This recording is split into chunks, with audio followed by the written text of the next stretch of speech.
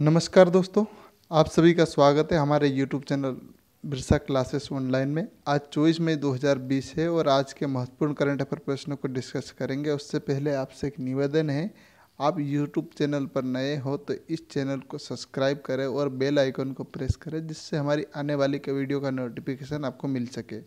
और वीडियो पसंद आता तो लाइक और शेयर करें और कमेंट बॉक्स में आखिरी में जो प्रश्न पूछता हूँ उसका उत्तर कमेंट बॉक्स में देवे। चलिए, कल के प्रश्न हमने पूछा था, बंगाल की खाड़ी से उठा चक्रवात तूफान का नाम क्या है। उस चक्रवात तूफान का नाम है अम्फान।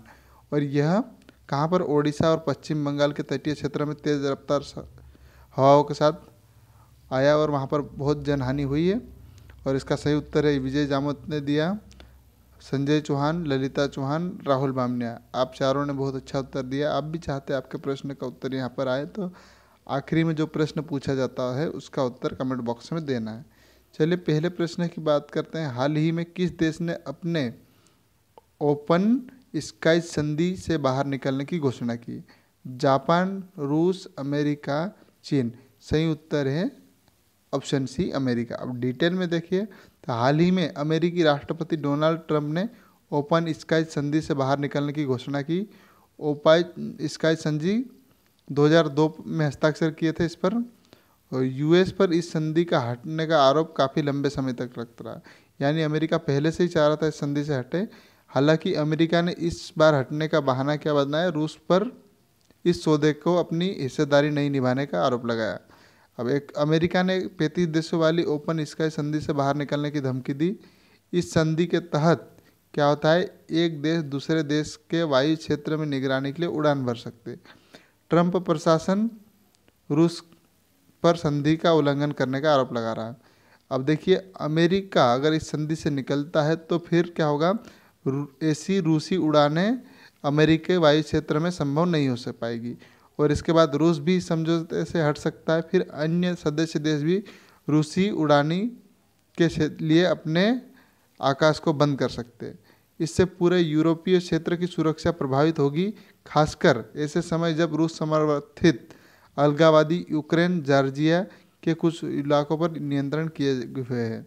अब अगली बात करें इस संधि के बारे में, और तो इसके सदस्य 135 देश है। इसको सबसे पहले 1955 में अमेरिकी राष्ट्रपति किसने लाया, ड्वाइट आई जन हावर ने रखा था। आखिरकार कब हुआ, 1992 में से दस्तखत हुए और 2002 से इस पर अमल करना शुरू हुआ। इसका मकसद सदस्य देशों को एक दूसरे की वायु क्षेत्र में निगरानी उड़ाने अनुमति देना है, ताकि उनमें आपसी विश्वास मजबूत हो सके। रूस पर अमेरिका लगातार 1 साल से पड़ोसी जॉर्जिया, बाल्टिक तट पर रूसी इलाके कालिनिंग्राद में अमेरिकी उड़ानों के लिए अड़चनें पैदा कर रहा है। इसके अलावा उनका यह भी कहना है कि रूस अमेरिकी यूरोपीय क्षेत्र में अपनी उड़ाने का इस्तेमाल संवेदनशील अमेरिकी इंफ्रास्ट्रक्चर की पहचान करने के लिए कर रहा है, जिसे युद्ध स्थिति में निशाना बना सके। ये इस प्रकार से अमेरिका रूस पर आरोप लगा रहा है, इसके कारण हट रहा है इससे। चलिए, अगले प्रश्न की बात करें। किस मंत्रालय ने इग्नू के ऑनलाइन एमए हिंदी कार्यक्रम का शुभारंभ किया। 4 ऑप्शन है, मानव संसाधन विकास मंत्रालय, सूक्ष्म एवं लघु उद्योग मंत्रालय, गृह मंत्रालय, विदेश मंत्रालय। तो सही उत्तर है इसका ऑप्शन है मानव संसाधन विकास मंत्रालय। अब डिटेल में देखें हम लोग तो केंद्रीय मानव संसाधन विकास मंत्री रमेश पोखरियाल निशंक, जिनका निर्वाचन क्षेत्र है उत्तराखंड हरिद्वार में, इन्होंने फेसबुक लाइव के जरिए इग्नू के ऑनलाइन एमए कार्यक्रम का शुभारंभ किया। तो इस विद्यालय ने एमए के अलावा भी कई कार्यक्रम शुरू किए, जैसे जिसमें गांधी शांति अध्ययन एमए, पर्यटन अध्ययन में बीए, अरबी सर्टिफिकेट कोर्स, सूचना प्रौद्योगिकी में सर्टिफिकेट कोर्स, सूचना और विज्ञान में सर्टिफिकेट कार्यक्रम, ऑनलाइन कार्यक्रम में वीडियो के साथ साथ ऑडियो लेक्चर्स, ट्यूटोरियल आदि कार्यक्रम होंगे इसमें, और जो वेबसाइट पर उपलब्ध होंगे। इसकी किसने किया है, मानव संसाधन विकास मंत्रालय ने एमए ऑनलाइन हिंदी का। अब अगले प्रश्न की बात करते हैं। भारत सरकार ने हरित ऊर्जा उपकरणों के आयात के शुल्क में कितने प्रतिशत की वृद्धि की, 10%, 20%, 30%, 40%। इसका सही उत्तर है ऑप्शन बी, 20%। यह है हरित ऊर्जा उपकरण। अब डिटेल में देखिए तो वित्त मंत्री निर्मला सीतारमण ने बजट 2021 2020 में इस तरह के क्या है, हरित ऊर्जा उपकरण ग्रीन एनर्जी इक्वायरमेंट के आयात शुल्क पर 20% की वृद्धि की। उसका उद्देश्य उपकरणों के स्थानीय विनिर्माण को चलाना, कम गुणवत्ता वाले चीनी उपकरणों का आयात कम करना, कुल मिला के स्वदेशी उपकरण करना है। वर्तमान में भारत अमेरिका और चीन के बाद ऊर्जा का तीसरा बड़ा उपभोक्ता है। भारत की विनिर्माण क्षमता अब सोलर सेल्स के लिए 3W है। अब अगले प्रश्न की बात करते हैं। किस सदन ने खनिज कानून संशोधन विधेयक को पारित किया है? विधान परिषद, विधानसभा, लोकसभा, राज्यसभा। सही उत्तर है ऑप्शन सी, लोकसभा। अब डिटेल में देखिए तो लोकसभा ने खनिज कानून संशोधन विधेयक 2020 को पारित किया, जिसका उद्देश्य कोयला खदान में विशेष प्रावधान अधिनियम 2015 के साथ खान खनिज विकास विनिमय अधिनियम 1957 में संशोधन करना है।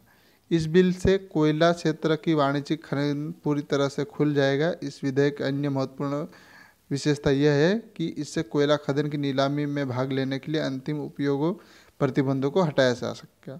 तो इसने किसने किया? लोकसभा ने। अब लोकसभा की बात करें हम लोग, इसकी स्थापना कब हुई थी? 17 अप्रैल 1952 के। वर्तमान में अध्यक्ष कौन है? ओम बिरला। इनका सदस्य स्थान कौन सा है? निर्वाचन स्थान कोटा, राजस्थान से। इसमें लोकसभा में अधिकतम संख्या कितनी हो सकती? 552। वर्तमान में 543। और ये देखिए जो सदस्य बनता है इसकी योग्यता किस में दी गई है? अनुच्छेद 84 में दी गई है, जिसमें क्या दिया है? भारत का नागरिक हो। लोकसभा सदस्य का क्या है? 25 वर्ष न्यूनतम आयु है। राज्यसभा के लिए न्यूनतम आयु 30 वर्ष है। यह किस में दिया गया है? अनुच्छेद 84 में। अब देखिए लोकसभा का कार्यकाल 5 वर्ष का होता है, उसे प्रधानमंत्री की सलाह पर राष्ट्रपति भंग कर सकता है। किस में दिया गया है? अनुच्छेद 85 में। लोकसभा का अध्यक्ष या उपाध्यक्ष का चुनाव इनके सदस्यों के बीच से ही किया जाता है, तो इसका किस में प्रावधान है? अनुच्छेद 93 में। लोकसभा का अध्यक्ष कोई भी शपथ नहीं लेता, यानी लोकसभा अध्यक्ष जब बनाया जाता है वो शपथ नहीं लेता, केवल वो जब सांसद की शपथ लेता है वही शपथ लेता है। लोकसभा और राज्यसभा का अध्यक्ष केवल मत बराबर होने की स्थिति में अपना निर्णायक मत दे सकता है। वो किस में प्रावधान है?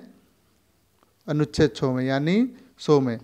यानी जब वोट किसी भी बिल पर वोटिंग से बराबर हो जाए तब लोकसभा का अपना निर्णायक अध्यक्ष जो रहता है वो निर्णायक मत दे सकता है। अब संयुक्त अधिवेशन राष्ट्रपति जब संसद में लोकसभा और राज्यसभा के मध्य गतिरोध उत्पन्न हो जाए तो दोनों सदनों की संयुक्त बैठक बुला सकता है। इसकी अध्यक्षता कौन करता है? लोकसभा अध्यक्ष। इसका कहाँ प्रावधान है? संविधान के अनुच्छेद 108 में।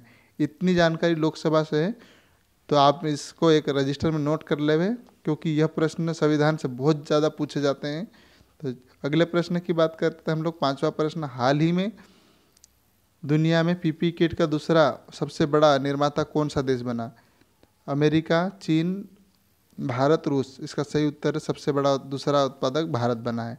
डिटेल में देखें हम लोग तो चीन के बाद दुनिया में व्यक्तिगत सुरक्षा उपकरणों का दूसरा बड़ा निर्माता भारत बन गया है, जो वर्तमान में दुनिया में पीपी किट के अग्रणी निर्माता। वर्तमान में हर दिन भारत में कितने पीपी किट बन रहे हैं? 2.6 लाख पीपी किट उत्पादन कर रहा भारत।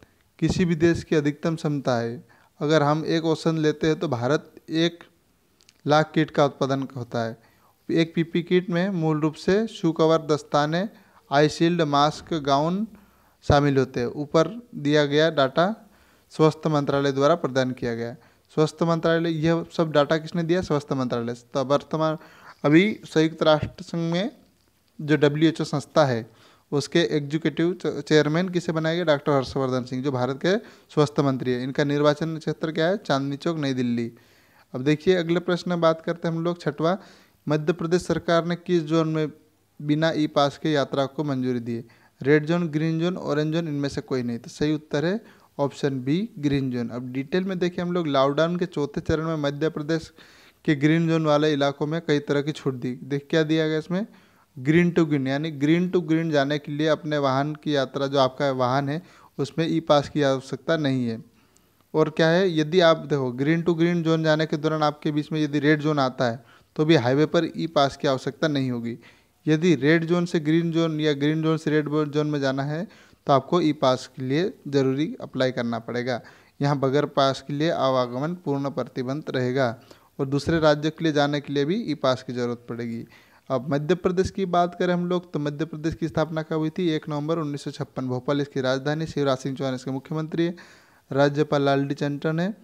और कान्हा-किसली राष्ट्रीय उद्यान है, बांधवगढ़ राष्ट्रीय उद्यान है, पन्ना राष्ट्रीय उद्यान है, पेंच राष्ट्रीय उद्यान है, चंजे राष्ट्रीय उद्यान है और सतपड़ा राष्ट्रीय उद्यान। मध्य प्रदेश में सबसे ज़्यादा राष्ट्रीय उद्यान है। लोकसभा की सीट कितनी है? 29, राज्यसभा 11, विधानसभा 230 और एक एंग्लो इंडियन सीट, कुल 231 होती है इस प्रकार से।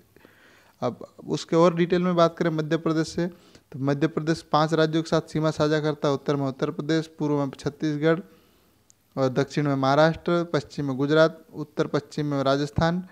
और मध्य प्रदेश में 6 लोक संस्कृति का समावेशी संसार है। कौन कौन सी? निमाड़, मालवा, बुंदेलखंड, बघेलखंड, महाकौशल, चंबल, ग्वालियर। और मध्य प्रदेश का क्षेत्रफल कितना है? 30,82,52 ये वर्ग किलोमीटर। मध्य प्रदेश का विस्तार क्या है? पूरब से पश्चिम 870 किलोमीटर, उत्तर से दक्षिण 605 किलोमीटर। और अन्य नाम क्या है? टाइगर स्टेट, सोया स्टेट, हृदय प्रदेश, मध्य भारत, लघु भारत, नदियों का मायका, सेंट्रल प्रोविंस, बरार, यह मध्य प्रदेश के अन्य नाम है।